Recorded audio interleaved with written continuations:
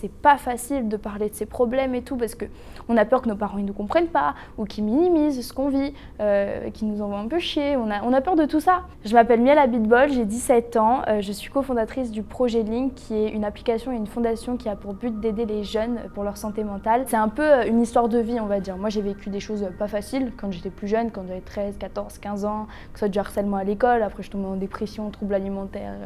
J'ai fait un peu la totale pendant ces quelques années. Et en ayant moi-même été sur les réseaux sociaux, parce qu'il faut savoir que j'y suis depuis vraiment très longtemps, depuis que j'ai 10 ans, je fais des vidéos YouTube, donc c'est vraiment un peu ma vie.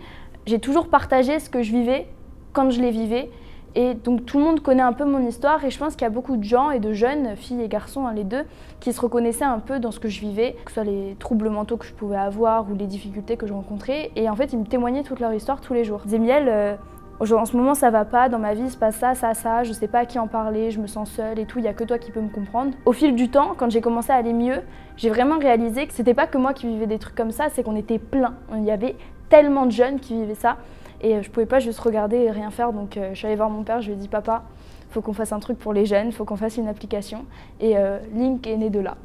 On s'est aussi associé avec Dr Claire Morin, qui est médecin psychiatre, pour être sûr que tout ce qu'on fasse et toutes les actions qu'on allait prendre soient utiles. C'est vraiment notre assurance médicale, être sûr qu'on ne fasse rien qui mette en danger les jeunes et que ce qu'on fasse soit utile en fait pour eux.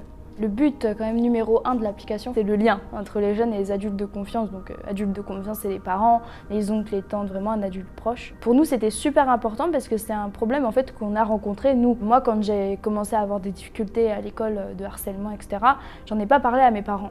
Parce que j'avais peur, j'avais honte, il y a plein de choses qui rentraient en compte qui faisaient que j'en ai pas parlé. Et c'est ça qui a fait que j'ai tout gardé en moi, j'ai pris sur moi et bam, explosion.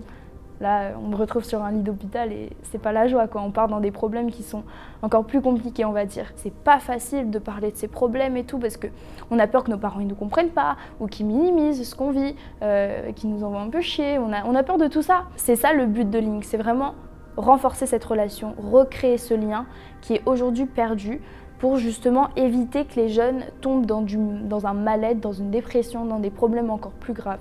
On est vraiment là pour faire de la prévention. Je pense que si j'avais eu Link et que j'avais été connectée avec mes parents dessus à l'époque, ça m'aurait évité beaucoup de choses.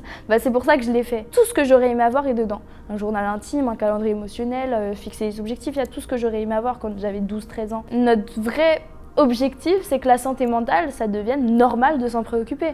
C'est que même quand on va bien, on va faire en sorte de se soucier de sa santé mentale, comme on fait pour notre santé physique en fait. Je connais cette sensation de ça va jamais aller mieux. Jamais je serai guérie, jamais je retrouverai une issue, jamais je sourirai. Il n'y a pas de solution, c'est impossible. Je connais cette sensation. 100 fois je l'ai vécue celle-là. Mais il y a toujours une solution. Et parler, c'est le premier pas vers la guérison, donc ça c'est aussi hyper important.